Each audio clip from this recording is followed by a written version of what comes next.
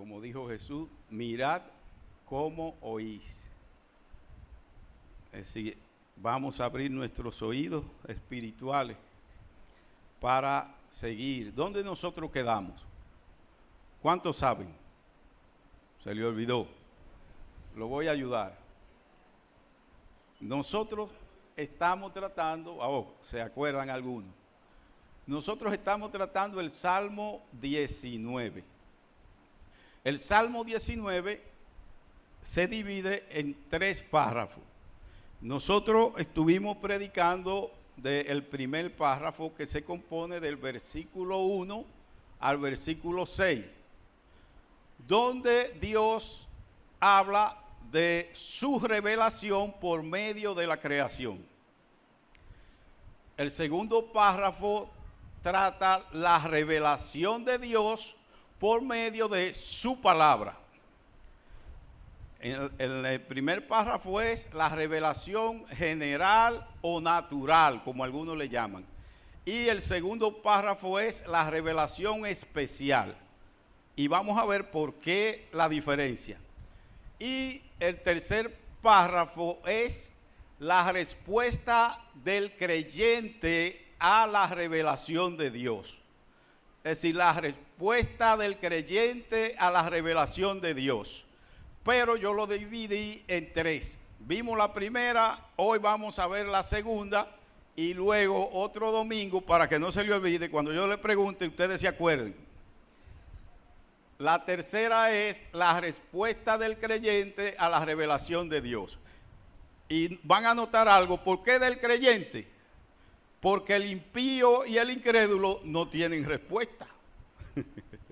El impío y el incrédulo no llegan ahí, sino que quedaron sepultados en la revelación general. Al no darle la gloria a Dios, al no reconocer a Dios, ni siquiera pasaron a la revelación especial, porque se atoraron en la revelación general, pues no hubo paso, la puerta se les cerró. Entonces, es tanto algunos estudiosos, eruditos, teólogos y cuantas cosas. Por eso yo digo, Dios ha hecho esa diversidad, y yo nunca he estado de acuerdo con algunas declaraciones que dan estudiosos 10,000 veces más que yo. Pero yo no me asusto de eso, sino que entiendo que Dios me da el entendimiento y la comprensión. Al conocer a Dios, entonces debemos saber cómo nosotros nos expresamos. Muchos estudiosos dicen que la revelación general no es suficiente. Entonces yo me pregunto, ¿por qué la revelación general no es suficiente? No es suficiente para lo que tú te estás proponiendo o para lo que tú estás entendiendo. Pero la revelación general es total y absolutamente suficiente para lo que Dios quiere. Y lo vamos a ver. Porque los argumentos que ellos utilizan, muchos de ustedes van a decir, sí, entonces de verdad que no es suficiente. Por lo menos yo no pienso así. Porque Dios no hace nada sin propósito. Dios, con todo lo que Él hace, acuérdense que vamos a ver que la ley de Jehová es perfecta. Cuando nosotros decimos la ley aquí, en este contexto, estamos hablando de la palabra de Dios. Y todos esos títulos que David utiliza se refiere a la palabra de Dios, todo, sin excepción. Entonces, si la palabra de Dios es perfecta, la revelación general es perfecta, es completa. Ahora, no para lo que yo estoy pensando, o decirle, mira, a Dios le faltó hacer esta aclaración aquí. No, a Él no le faltó nada. Él hizo la aclaración que Él quería hacer en la revelación general. De tal manera, mis hermanos, que el apóstol Pablo en Romanos dice, entonces, que ese Dios, ¿verdad? Ese Dios invisible que nosotros no podemos ver, que nosotros no podemos palpar, y eso es la realidad. ¿Y qué pasa? Que la misma palabra de Dios declara que el hombre mira lo que está delante. El hombre no mira lo abstracto, el hombre mira lo concreto, lo que puede ver, lo que puede tocar. Eso es ciertísimo. Ahora, como Dios es invisible, su eterno poder y deidad no son visibles. Entonces Dios dice, bueno, pues yo le voy a dar demostraciones, dice Dios. Le voy a dar demostraciones de que yo estoy aquí. Le voy a dar demostraciones de que yo soy Dios. Mis hermanos, no tenemos que alzar la vista y ver el firmamento y ver la creación. Miren, mis hermanos, una mano solamente nos habla de que Dios es perfecto. Es un diseño que no sé si alguien se atreva a decir, bueno, pero esa mano tan fea, tan rara. Óigame, para mí lo único que se parece a las mujeres son las manos. Miren qué belleza. Miren qué belleza. Imagínense ustedes esa mano, todos los dedos del mismo tamaño. ¿Qué parecería? ¿Verdad? Y se vería bien fea. Pero miren qué diseñito. Un solo diseño. Es decir, que no hemos tocado que nosotros nos pongamos frente a un espejo y veamos esa perfección en nuestro propio cuerpo. No tenemos que irnos al espacio ni ver el universo, que sería, miren, nosotros no conocemos. ¿Qué conocemos? Ni un 10% conocemos de la creación de Dios. Entonces, mis hermanos, miren, por eso es que Dios mismo afirma, porque esa es la otra parte. ¿Quién es que afirma que el hombre no tiene excusa? Soy yo. Yo soy el que estoy diciendo que el hombre no tiene excusa. No, lo está diciendo el que me hizo a mí y el que lo hizo a usted. Y el que hizo a todos aquellos que prefieren engañarse ellos mismos. Porque aunque yo me convenza de que Dios no existe, de que Dios no es real, pero va a llegar ese día en el que Él me va a llamar.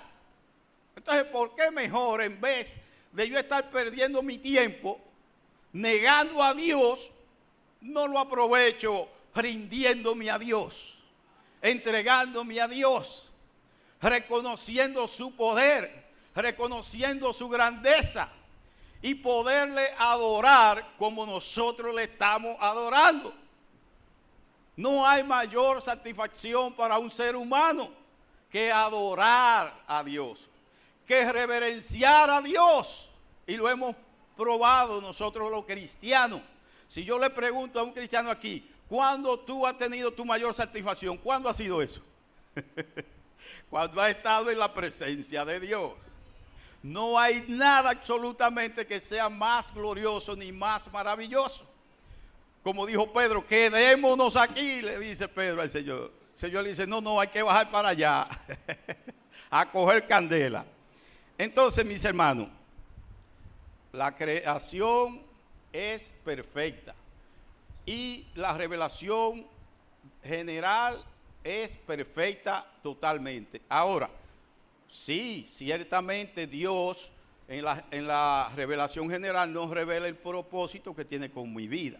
No lo dice, pero es imperfecta por eso. No, porque Dios no tenía ese propósito con la revelación general. Para eso Dios tiene la revelación especial. Y por eso es que necesitamos la revelación especial también. Primero, la revelación general. Le dije, se quedaron atorados ahí. Ok, pues no pasan para la revelación especial. El Espíritu Santo no le va a mostrar nada, porque a los incrédulos, ¿qué le va a mostrar? No creen. Él mismo se puso un stop. Entonces, en esta mañana vamos a ver la segunda parte, el segundo párrafo que está en los versículos 7 al 9. Solamente son 3 versículos.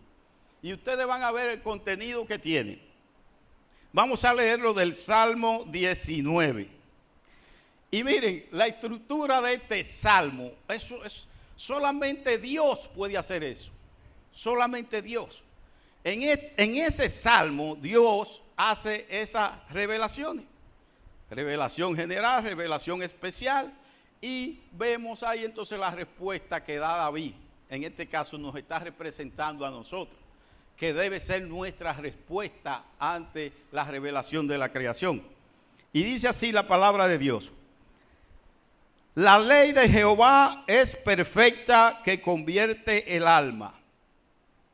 El testimonio de Jehová es fiel que hace sabio al sencillo. Los mandamientos de Jehová son rectos que alegran el corazón. El precepto de Jehová es puro que alumbra los ojos. El temor de Jehová es limpio que permanece para siempre. Los juicios de Jehová son verdad, todos justos.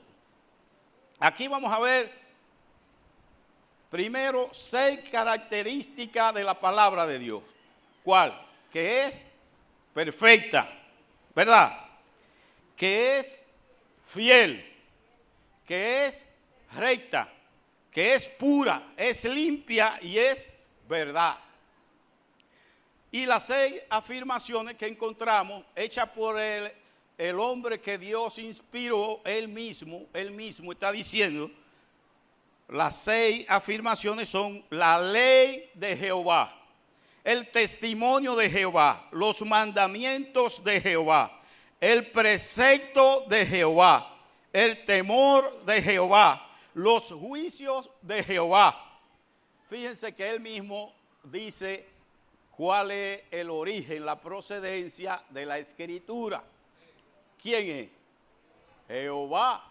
Es decir, de Dios yo he recibido. Pero no solo lo dice David, lo dice el mismo Señor Jesús. Nos dijo, la palabra que yo hablo no son mías, sino del que me envió. ¿Se dan cuenta? Tenemos el testimonio de Jesús, de David y de todos los hombres de Dios que recibieron la palabra de Dios.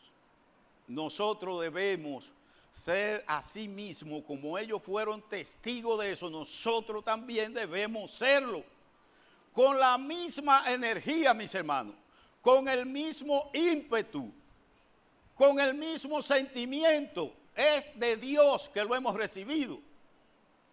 Y los 6 beneficios, porque encontramos 6 beneficios. ¿Cuáles? Primero, que convierte el alma. Óiganme, no hay mayor beneficio que ese. ¿Por qué necesitamos que nuestras almas sean convertidas? Es decir, que se vuelvan al Señor, porque caímos, hubo la caída. Y hay muchos que se han quedado lamentándose en la caída, pero te han hecho provisión. Me voy a quedar en la caída, llorando la caída. Y entonces, ¿qué pasó con la provisión? Hace sabio al sencillo. Por más torpe que sea, por más inútil que sea, no importa. La palabra de Dios hace sabio al sencillo. Y otra, alegra el corazón. Yo no sé lo que pasa con algunos hermanos que viven amargados. Pero la palabra de Dios alegra el corazón. Oye, lo alegra. Lo alegra. Entonces, tenemos que hacer un autoexamen. ¿Dónde? ¿Qué es lo que está pasando? Alumbra los ojos. No voy a andar a tienta. Alumbra los ojos. Permanece para siempre. ¡Wow! Oh, es para siempre. No son asuntos de un tiempo, de un momento. No, no, no. Permanece firme para siempre. Y lo más extraordinario y último. ¿Y por qué último? Porque ciertamente, si todo eso no provoca nada en mí, no provoca nada en ti, bueno, pues entonces, ¿qué es lo que les espera? Los juicios de Jehová son verdad, todos justos. Que no va a haber un ser humano que pueda decir, bueno, conmigo yo creo que tú no hiciste justicia. No, esa posibilidad no existe. Vamos con la primera categoría, característica. Es la ley de Jehová, es perfecta que convierte el alma. Fíjense, como la palabra ley tiene varios usos, aquí en este contexto que estamos tratando, que es lo primero que hay que hacer cuando usted, porque hay mucha gente que dice, lo dice la Biblia, ajá, pero ¿dónde lo dice la Biblia? ¿Cómo lo dice la Biblia? ¿A quién se lo dice? Y eso hay que saberlo, porque yo conozco muchísimos maestros pero no hay nada peor que la ignorancia, porque equivocado, dando opiniones equivocadas. Digo, no, pero mire, es que tú no estás en el contexto. Entonces, como la palabra ley tiene varios usos, aquí en este contexto, está refiriéndose a ¿qué? A la palabra de Dios. No se está refiriendo solamente al Pentateuco que Dios le dio a Moisés, está incluido. Pero no se está refiriendo solamente a esos primeros 5 libros que los judíos reconocen como la Torá, la ley de Jehová. Pero no, para nosotros la ley de Jehová es Génesis hasta Apocalipsis. Esa es la ley de Jehová. Entonces, David declara que es ¿qué? Que es perfecta. Y cuando declara que es perfecta es que es completa, es suficiente. La palabra de Dios me debe a mí satisfacer mis necesidades. Yo no tengo necesidad de un psiquiatra o de un psicólogo. Es decir, a menos si usted tiene problemas de salud del cerebro, sí necesita un psicólogo. Y muchos piensan, bueno, eso no es de Dios. Eso es, oye, la ciencia, ¿de quién es la ciencia? La ciencia es del hombre. La ciencia es de Dios. Entonces, si usted tiene trastornos mentales, bueno, pues necesita un psicólogo. Si tiene problemas en un órgano como el corazón, ¿qué necesita? Un cardiólogo. Y es Dios quien ha provisto todas esas cosas. No hay ningún problema con eso. Ahora, cuando un hermano que tiene problemas espirituales, entonces va de un psicólogo y que, excúsame. Si Dios no te puede resolver ese problema, no hay psicólogo que te lo pueda resolver. Ve donde un hermano que tiene la palabra de Dios que es perfecta, que es completa, que es con la que el Señor nos ayuda. Y esa palabra perfecta, dice, esa puede ser traducida como completa, es decir, cubre todos los aspectos de nuestras vidas, todo, sin excepción. Y lo sabemos por consejería. Cuando hay hermanos con problemas, ¿qué observamos los consejeros? Cuando ese hermano viene y nos dice, mira, quebrantó la palabra. La quebrantó. Si no la hubiera quebrantado, no hubiera problema. Eso es así, mis hermanos. Sin analizar mucho, no hay mucho que ir muy profundo. ¿Cuál es el beneficio que nosotros vamos a obtener? El beneficio más grande que puede obtener el ser humano, que convierte el alma. Solamente la palabra de Dios convierte el alma, mis hermanos. No hay nada, absolutamente nada. Y miren que hay mucha gente que menosprecian la palabra de Dios. Y entonces, ¿cómo tu alma va a ser transformada? Porque esa palabra convierte, lo que está diciendo que revive. Acuérdense, porque estamos muertos en nuestros delitos y pecados. Entonces, la palabra de Dios revive el alma. La palabra de Dios transforma el alma. La palabra de Dios restaura el alma. ¿Qué es la palabra de Dios? Nada más lo puede hacer. Y hay muchos hermanos que caen en un error que dicen, yo no tengo que predicar porque es el Espíritu Santo que transforma. Excúseme, hermano, ahí hay mucha ignorancia. Porque ¿qué es lo que dice? Que es la palabra de Dios que lo hace. Y si es la palabra de Dios, ¿a quién Dios se la encargó? No la encargó a nosotros, no se la encargó al Espíritu Santo. El Espíritu Santo nos la encargó a nosotros. Entonces nosotros tenemos que llevar esa palabra y lo vamos a ver más adelante. Si no la llevamos, entonces no va a haber cambio. Pero a nosotros se nos ha hecho responsable de esa primera parte. Lleva la palabra, no estés fijándote de cómo reacciona. Ya ahí sí esa parte del Espíritu Santo. Pero lleva la palabra. Si tú no llevas la palabra, está faltando. Por ejemplo, si es A, llevar la palabra y B lo otro, B no se va a dar. El Espíritu Santo no puede hacer nada. Si como el Espíritu Santo es poderoso, puede, pero cumple con tu parte. Porque es que Dios es un Dios de ¿qué? De orden, y Él es quien ha ordenado eso así. Él es quien ha organizado eso de esa manera. Entonces yo tengo que sentir esa responsabilidad. Tengo que sentirla, y si no la siento, me falta conocimiento. Fíjense, solamente la Escritura es tan poderosa y abarcadora que puede transformar ¿a quién? A cualquier persona también.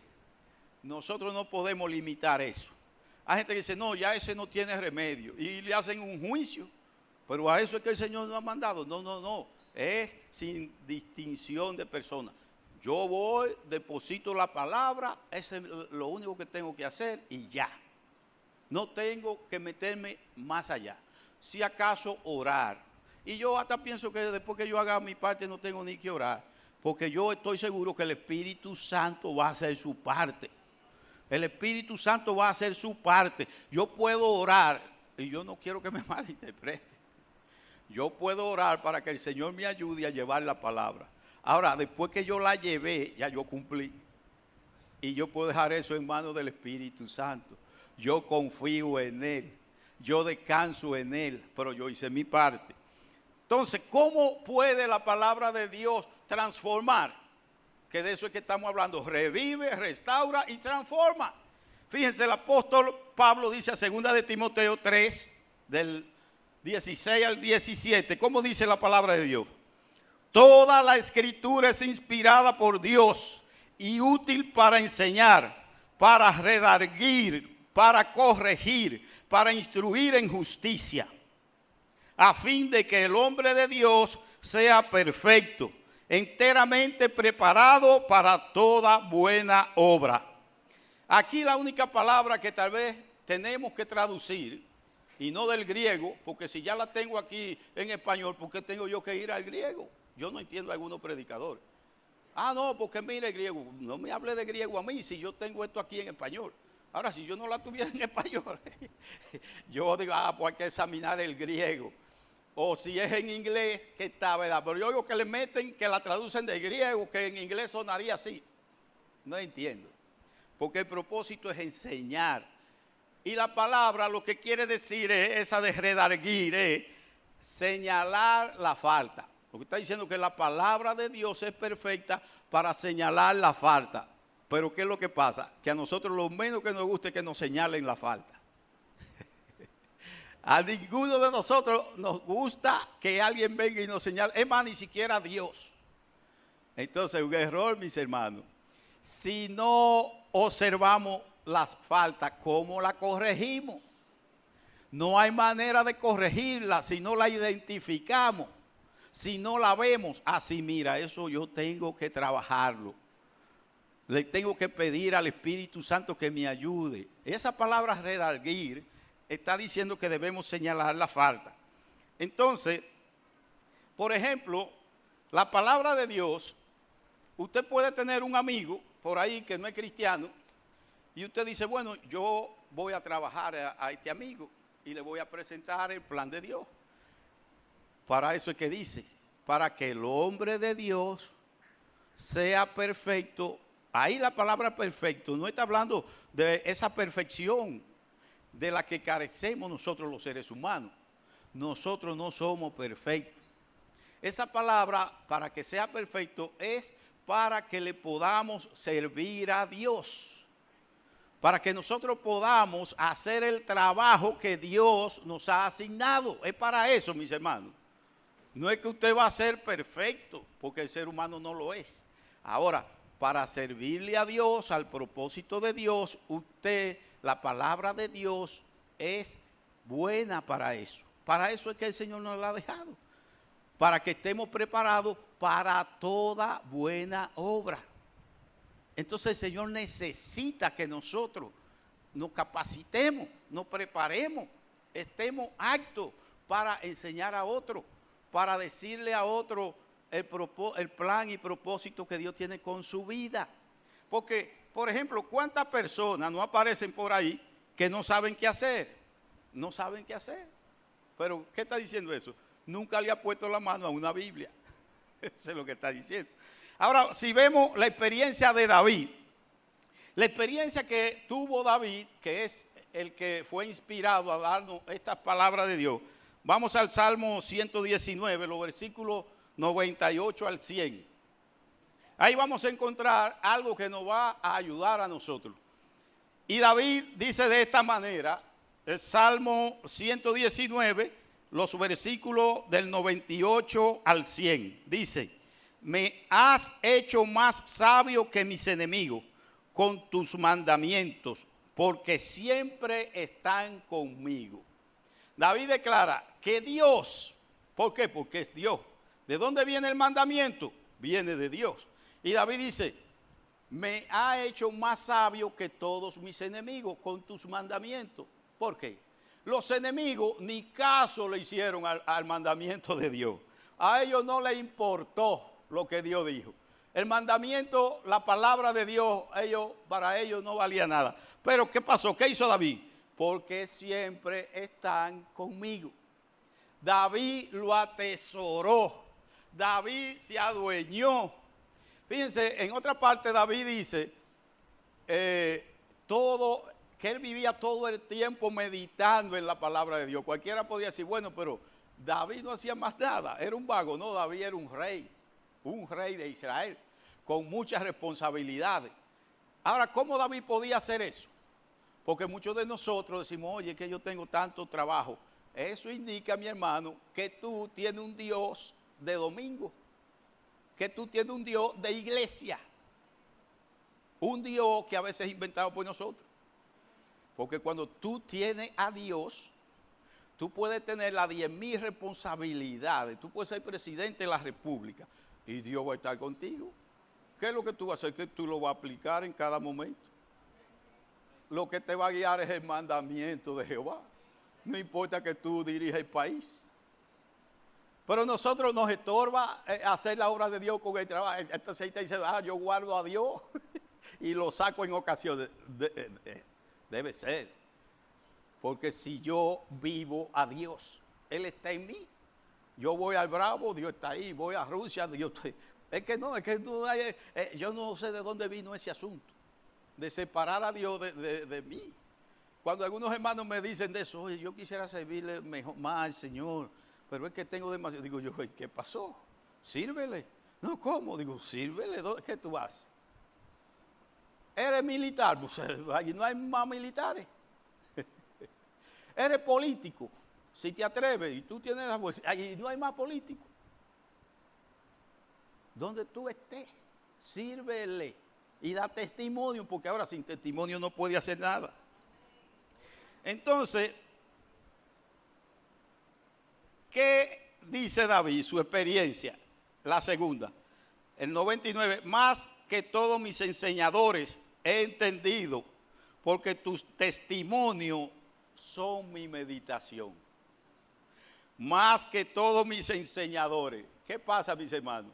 Que muchos, sí, muy diestro, damos así mismo, como estoy yo aquí esta mañana, preparé este mensaje para yo predicárselo a ustedes. Pero la mujer mía está peleando conmigo porque yo no soy cristiano. Pero yo vine y preparé el mensaje muy bien, pero nada más para enseñar. Pero para eso nada más lo hice. ¿Ve? Dice David, más que mis enseñadores he entendido, porque tus testimonios son mi meditación. Es en lo que yo medito. No que pasó el mensaje, a la media hora ya ni me acuerdo de lo que dijeron en la iglesia. No. Tenemos que meditar. Y usted dice, ¿cómo hago eso? Estamos hablando del Salmo 19. Usted va a su casa y dice, déjame ver el Salmo 19. Y hace su análisis con el Salmo 19 y usted saca conclusiones y dice, tengo que meditar en esto. Entonces, meditar es usted alimentarse, retroalimentarse. El religioso no va y cumple con la ceremonia y se fue. Y ya cumplí con Dios. Pero es que eso no es el propósito de Dios. El tercero dice, más que los viejos he entendido, porque he guardado tus mandamientos. Y aquí más que los viejos, ¿qué hicieron los viejos? Bueno, se quedaron en la experiencia. Y yo he hablado con muchos viejos o personas de edad.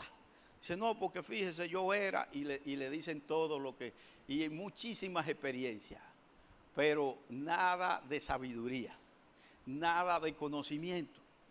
No, en sus años gastaron su vida, que el Señor dice, tiempo y ocasión le he dado a cada uno. Pero todavía aparecen gente y dice, ay, que yo no tengo tiempo. Son 24 horas que no han dado a todo. Entonces, ¿cómo aparecen gente con 80 años y todavía ni siquiera han oído hablar de Dios? ¿Por qué? Porque no se interesaron. A ellos no les importó. Dice, más que a los viejos he entendido, porque he guardado tus mandamientos. Fíjense que los mandamientos, la palabra de Dios, ¿es para qué? Es para guardarla. Es para que nosotros, en el momento que tengamos que hacer una acción, nosotros tomemos en cuenta la palabra de Dios. No que yo haga la acción. Generalmente, la experiencia de nosotros los cristianos, cuando nosotros hacemos una acción sin tomar en cuenta la palabra de Dios, ¿qué hacemos? Pecamos. Y después a pedir perdón, a arrepentirnos. Está bien, eso es legítimo. Pero bueno fuera que nosotros pudiéramos ya prever. No, mira, no te preocupes, no ha pasado nada. Y usted le dé una palmadita a esa persona que lo hirió, lo ofendió. ¿Qué fue lo que Jesús hizo? Jesús en la cruz lo que dijo, Padre, perdónalo. Porque a veces, sí, yo soy muy bueno, pero no me han hecho nada. ¿Qué tengo yo que perdonarle a Arely? Nada, nunca ni siquiera hemos discutido. Y si las relaciones mías y Arely son buenas y funcionan porque nunca hemos discutido, eso no es cristianismo. Es que un día Arely y yo estemos casi a darnos golpes. Y yo diga, oye Arely, perdóname. O yo diga, mira Arely, yo no puedo. O yo diga, yo no voy a desconsiderar a Arely. Porque la tengo en estima. Como dice la Biblia, que debemos ver a los demás como superiores a nosotros mismos. Lo que pasa es que cuando yo me creo superior, voy a aplastar a quien sea. No, si yo lo veo como superior a mí, pues yo casi no voy a tener problemas, porque voy a tener ese cuidado. ¿Y cómo yo puedo verlo superior a mí? Mi hermano, cuando usted vea a su semejante, quien sea, vea a Cristo. Vea a Cristo, que el Señor por ese dio su vida. Por eso mucha gente se queda con el sentido humano y dice, ¿cómo yo puedo? Aún en las iglesias vemos eso, gente como que no crean empatía con algunos hermanos, pero está viéndolo con la mente natural. Porque ¿a cuál de ustedes yo voy a ver diferente? ¿A cuál de ustedes lo voy a ver diferente? Yo veo al Señor. El Señor pagó el mismo precio por todo. Y si yo no lo veo así, entonces hago distinción. No estoy diciendo que usted tenga un acercamiento en relación más que con uno con otro. Porque es decir, por las mismas limitaciones que tenemos los seres humanos, eso es normal. ¿Verdad? Que yo no tenga coenonía cercana con alguien. Eso es normal porque yo no soy Dios. No estoy en toda parte. Entonces, pero sí el afecto, el cuidado, el aprecio, es decir, considerarlo superior a mí, sea chino, sea ruso, no importa lo que sea, es un ser humano. Entonces, ¿quiénes fueron ejemplos para nosotros de que no debemos ser solamente, tener la palabra de Dios solamente para enseñar? Los fariseos, los saduceos, los escribas, los doctores de la ley. Oye, ellos eran diestros en la palabra de Dios. Y cuando la palabra se encarna y viene, ellos arremetieron contra él. Porque ellos tenían otros fines, tenían otro propósito. Entonces, así nosotros podemos ser librados. El tercero es, los mandamientos de Jehová son rectos, que alegran el corazón. Mírenlo aquí. Los mandamientos de Jehová son rectos, que alegran el corazón. Y son rectos, ¿por qué? Por la autoridad que lo ha establecido. Es decir, ¿quién estableció los mandamientos? Pues Dios. Pero son rectos por la autoridad quien lo estableció, pero también son rectos en sí mismo. Porque nadie podrá encontrar una falla en la Escritura. Nadie, nunca nadie la ha encontrado. Lo que han dicho cuando se ha examinado ha sido error. Miren, y con todas esas traducciones que se han hecho y con todas esas copias que se han hecho, pero nadie ha podido demostrar que ha habido un error. En los originales mucho menos. Entonces, tenemos esa seguridad.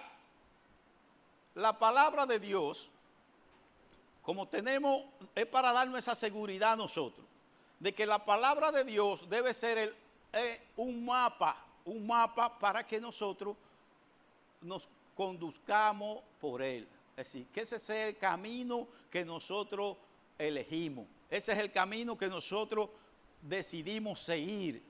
Pero estamos seguros. No estamos a ver si nos sale, a ver si nos funciona. No, no, no. Ese es el mapa. Esa es la ruta que el Señor ha diseñado. Miren, por aquí se llega al cielo. Entonces, ¿por qué voy a estar inventando? Si ya tengo la ruta, ya tengo el mapa, tengo el diseño de Dios para dirigir mi vida, para ir con seguridad. Fíjense, a nosotros los seres humanos nos encanta eso de la seguridad económica, lo que sea. Óyeme, pero ¿quién nos puede dar más seguridad que la palabra de Dios? Nadie. Nadie puede darnos más seguridad. Esta es la ruta segura. Esta es la ruta segura. Esta es la ruta firme. Pero el beneficio es extraordinario. ¿Qué va a pasar? Dice que alegra el corazón. Trae gozo. Trae paz. Que es lo que también el ser humano busca. ¿Qué busca el ser humano? Ser feliz. Trae gozo, trae paz, trae tranquilidad. Yo recuerdo que cuando yo me convertí, yo soy del barrio Elegido, y cuando yo me convierto, bueno, pues tal vez así exageraciones, porque en los tiempos de calor, miren, yo cogía y abría la puerta vivía en la casa de mi mamá, en el patio detrás de un cuarto, pero ese cuarto daba a la casa. Había la puerta que yo entraba y la otra puerta que daba a la casa. ¿Qué pasa? Que yo cuando me convertí y hacía calor, yo abría la puerta del cuarto mío, arrastraba la cama y me ponía casi con la cabeza afuera en el patio. Mi mamá, que trabajaba en el hospital, se levantaba a las 5 y cuando ella tal vez iba a decía, me encontraba durmiendo así en esas condiciones. Y me decía ella, pero bueno, muchacho, tú te estás poniendo loco. ¿Cómo es que tú vas a hacer eso? Mira, se pueden meter. Y yo le digo a ella, mamá, pero si se meten será traernos algo, porque yo no creo que había nada que llevarse. De verdad. ¿Qué se iban a llevar?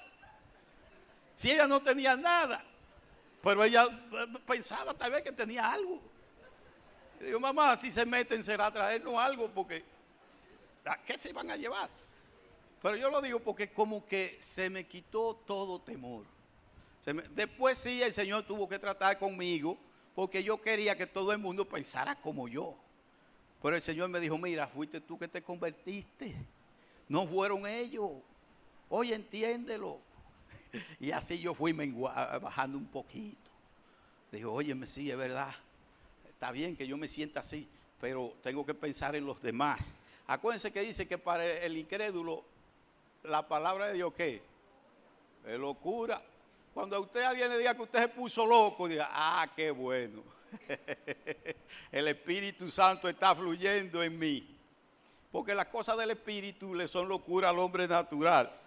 Entonces, aquí encontramos esa declaración también que hace el salmista. La lámpara es a mis pies tu palabra y lumbrera mi camino. Es la palabra de Dios.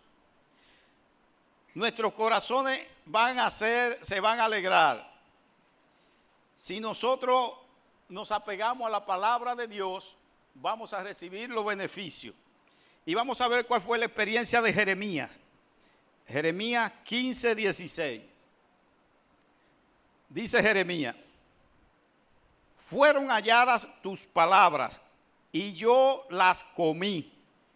Y tu palabra me fue por gozo y por alegría de mi corazón.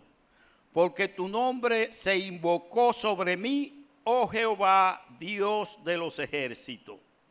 ¿Qué dice que hizo Jeremías?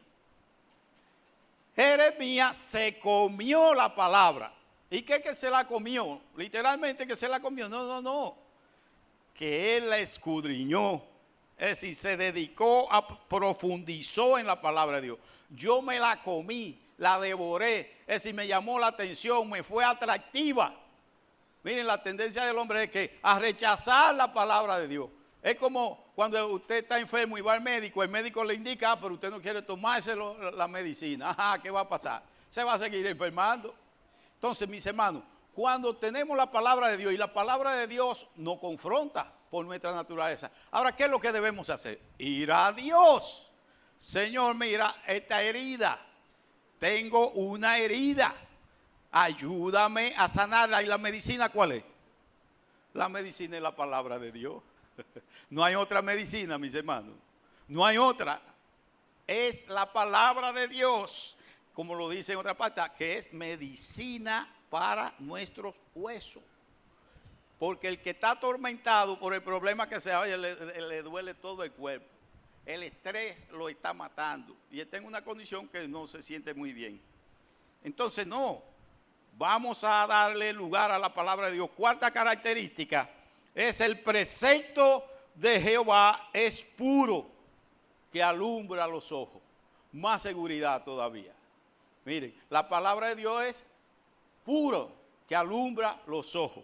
Y esa palabra puro se puede traducir como radiante, claro, iluminador. Es decir, la palabra de Dios es quien da luz, que nos alumbra, nos da entendimiento, alumbra los ojos, provee luz a aquellos que desean vivir rectamente. Fíjense que Pedro, en una ocasión, él analizando las escrituras de Pablo, porque, como decía, el Nuevo Testamento no existía cuando nace el cristianismo.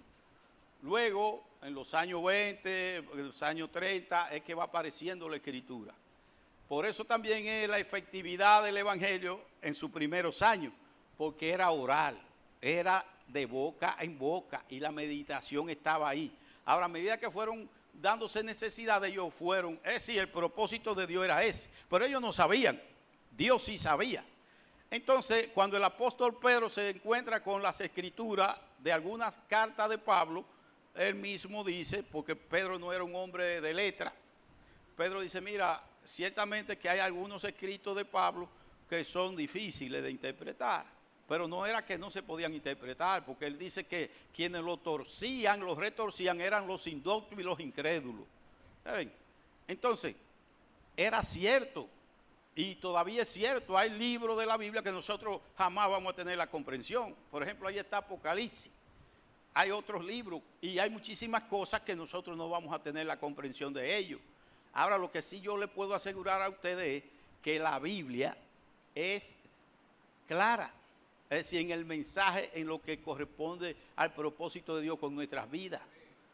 Juan 3:16, no se necesita el griego, no se necesita el arameo, de tal manera amó Dios al mundo. Ahí la palabra mundo es persona, porque en segunda de Juan, mundo es el sistema de pecado. Ustedes se dan cuenta que hay palabras que tienen, por eso entonces hay que estudiar el texto, el contexto y saber, porque tienen varios usos. Y lo que Pedro estaba diciendo era cierto. Ahora, si nosotros tomamos la palabra como un todo, el mensaje es sencillo, el mensaje es simple. Es decir, en cuanto a lo que Dios, al propósito que Dios tiene con ella. ¿Por qué encontramos tantos falsos profetas? Porque hay falsos profetas que se meten en esos libros que son así y quieren que Dios le cumpla lo que ellos dicen. Y Dios se va a someter a eso. Entonces usted va a ver, resultó un falso profeta. Porque ven acá, si Dios no me ha revelado eso a mí, ¿para qué tengo yo que meterme en eso? Como le dijo en el libro de los Hechos a los apóstoles y a los discípulos cuando ellos dijeron, porque el ser humano siempre está interesado por lo contrario. ¿Cuándo restaurará el reino a Israel? Le dice el Señor, no le toca a ustedes saber las razones que el Padre ha puesto en su sola potestad. Ya yo sé, a mí no me corresponde eso. Entonces, ¿por qué me voy a meter? ¿Por qué voy a insistir? ¿Por qué le voy a decir mira Dios, revélame esto, revélame esto? ¿Qué hace Satanás? Que viene y te revela. Cuando tú vienes a ver un falso profeta, un falso maestro, ¿por qué? Por su insistencia. Si Dios me dijo, no, como le dijo a Daniel, eso está sellado. Porque dice que los profetas a quienes Dios le habló, ellos mismos investigaban y querían saber. Y Dios les resolvió el problema. Dios les dijo, miren, no investiguen nada y dejen eso así, que eso no es para ustedes. Entonces, si eso no es para mí, pues, es igual que hacerle juicio a alguien. Ve acá, Dios no me ha constituido a mí en juez. ¿Por qué tengo yo que hacerle juicio? ¿Por qué me voy a entrometer en lo que Dios no me ha puesto? Entonces, fíjense, ahí encontramos que el apóstol Pablo, dando su testimonio, en Hechos capítulo 26, 18, ¿qué dice el apóstol? Y esto era cuando él estaba dando el testimonio de que el Señor se le había aparecido. Dice él que Jesús le dijo a él, para que abras sus ojos, para que se conviertan de las tinieblas a la luz y de la potestad de Satanás a Dios, para que reciban por la fe que es en mí perdón de pecados y herencia entre los santificados. ¿Quién era que le iba a abrir los ojos? ¿Quién era que le iba a abrir los ojos? Pablo. No tengan miedo de decirlo. El Señor es que le dice a Pablo, para que abras sus ojos. ¿Quién era que se lo iba a abrir? Pablo. ¿Y con qué Pablo le iba a abrir los ojos? Con la palabra. Entonces el Espíritu Santo hace la otra parte. Pero el Señor mandó a Pablo a que ve y dale la palabra. Y así van a ser abiertos sus ojos. No le tengamos miedo a la responsabilidad que Dios nos ha asignado. Dice que Dios no nos va a poner una carga que nosotros no podamos llevar. Y mire, el Señor nos ha asignado a nosotros lo más fácil. Lo más difícil para mí hubiera sido que Dios me hubiera dado la autoridad de hacer juicio. Mire, ahí si hubiera sido duro. Pero no, el Señor no me ha asignado eso. Vea qué fácil salgo yo de eso. No, el Señor no me asignó esa parte. Ahora sí tengo que cuidar cómo yo presento a Cristo. Porque hay personas que dicen, mira, no quieres saber del Evangelio. Pero pregúntate, ¿tú le estás predicando el Evangelio? Cuando tú lo que has ido es a señalarle todo su pecado. Eso no es presentar el Evangelio. Presentar el Evangelio es presentarle la solución a sus pecados. Presentarle soluciones, oigan bien, soluciones. Por eso un líder que no sabe resolver problemas y que cuando alguien le presenta un problema, lo que hace es que crea 10 problemas, eso es líder. Un líder debe estar pensando en cómo resolver el problema. Está bien, tú me traes el problema, ahora yo estoy pensando cómo resolver ese problema. Pero a veces hay personas que te llevan ese problema y no es que quieren que se resuelva el problema. Ellos quieren destruir al otro. Y digo, mira, así no. Vamos a resolver el problema. Ahora, si tú lo que andas detrás es de destruir y dañar, yo no soy ese. Porque el que hace eso es Satanás. Satanás es el destructor. El Señor vino para que nosotros tengamos vida y para que la tengamos en abundancia. Entonces yo tengo que saber para qué. El último es, el antepenúltimo, que ya estamos terminando, dice, el temor de Jehová es limpio, que permanece para siempre.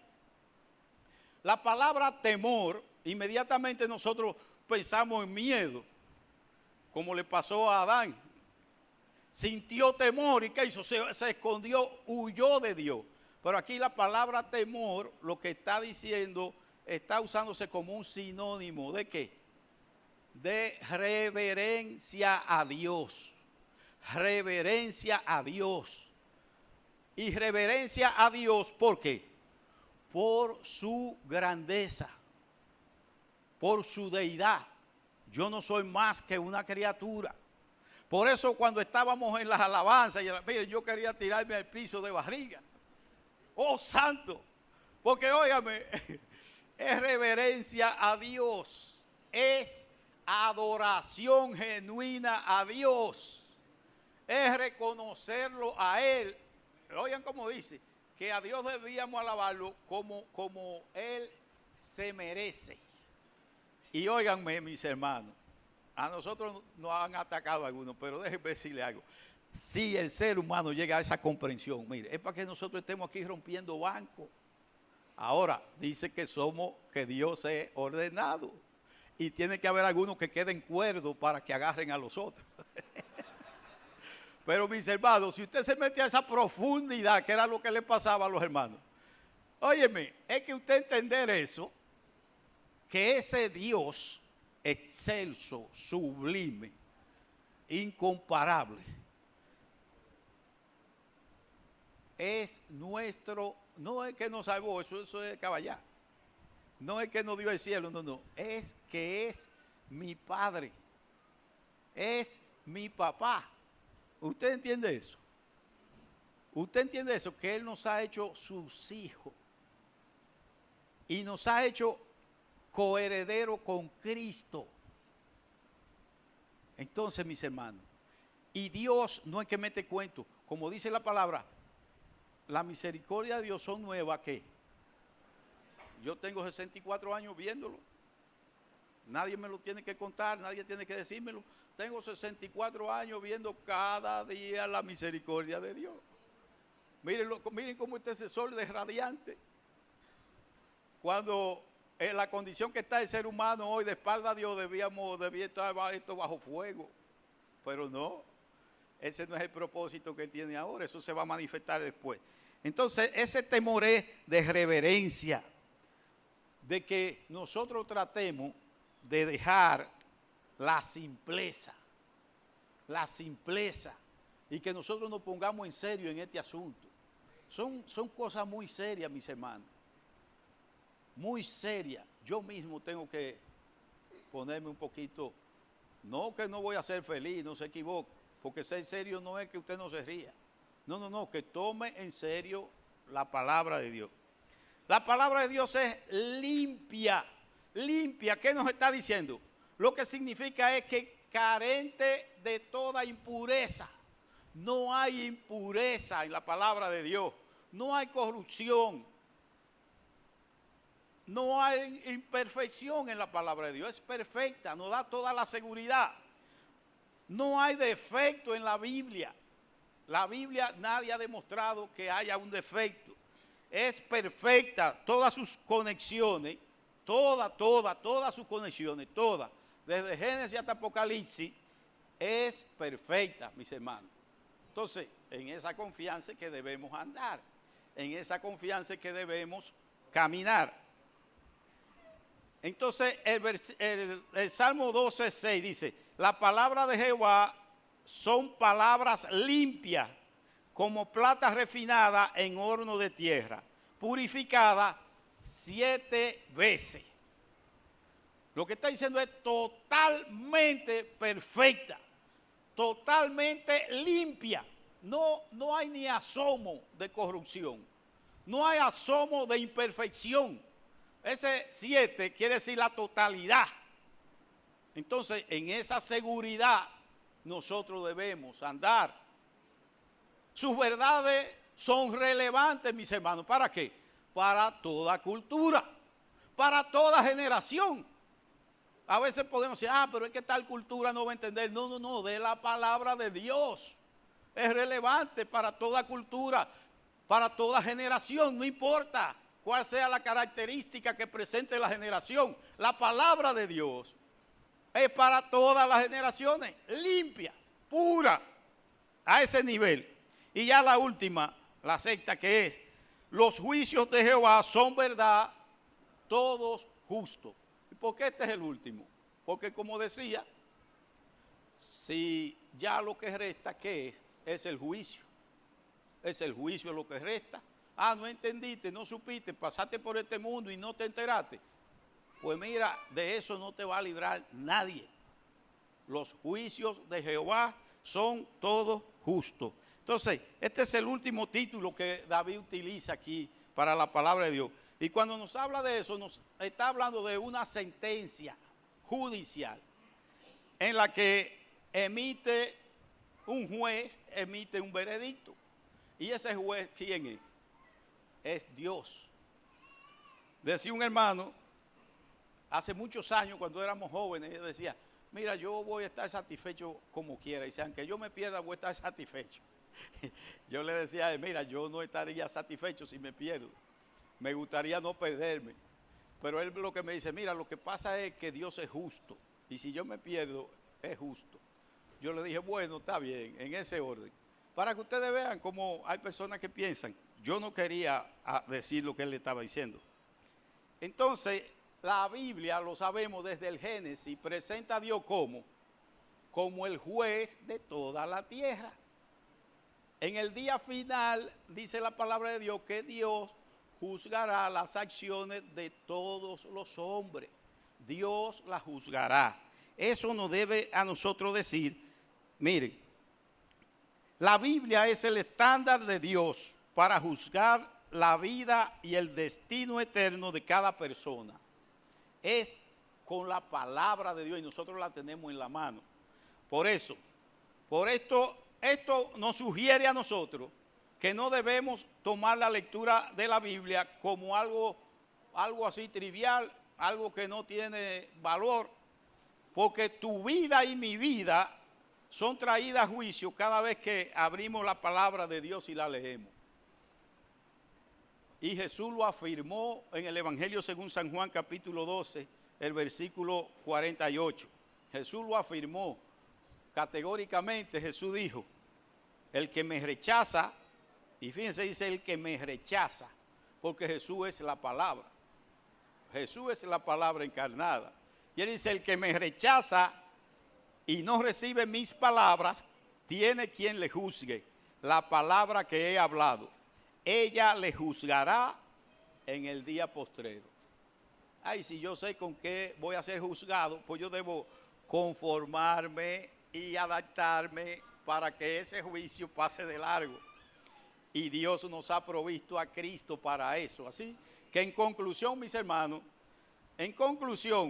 nosotros persuadidos, estando conscientes de que la palabra de Dios es perfecta, que convierte el alma. Ya yo sé cómo mi alma puede convertirse con la palabra de Dios. Que la palabra de Dios es fiel, que hace sabio al sencillo. Es recta, que alegra el corazón. Es pura, que alumbra los ojos. Es limpia y permanece para siempre. Sus juicios son verdad, todos justos. Estando convencidos de eso, mis hermanos, ¿cuál debía ser el sitial que ocupe la palabra de Dios en nuestras vidas? ¿Cuál debía ser? ¿A qué le debíamos nosotros dar preferencia? ¿Qué debíamos tener en primer lugar? Todo eso, mis hermanos, no se deje llevar ni de ruido, ni de... No. Vamos a hacer como los caballos de coche, taparlo así, la palabra de Dios. ¿Cuál es el valor que ella representa para nosotros? ¿Cuál es el valor que tiene? Entonces, debemos hacer más que leerla. Debemos hacer más que eso. Debemos hacer eso, pero más que eso. Más que hablarla. Cierto, tenemos que hablarla, pero más que hablarla, porque acuérdense de los enseñadores. Más que enseñarla. Debemos ser fieles hacedores de ella. Y así obtendremos sus beneficios. Y estamos bien a tiempo, mis hermanos. Así que el Señor me lo bendiga, que el Señor ponga en sus corazones estas palabras y que el enemigo no se las arrebate. Puestos de pie, vamos a orar. No es que nos vamos a despedir, vamos a orar por estas palabras para que permanezca en nosotros. Y después mi esposa va a pasar para concluir. Padre, te damos gracias en esta mañana, Señor.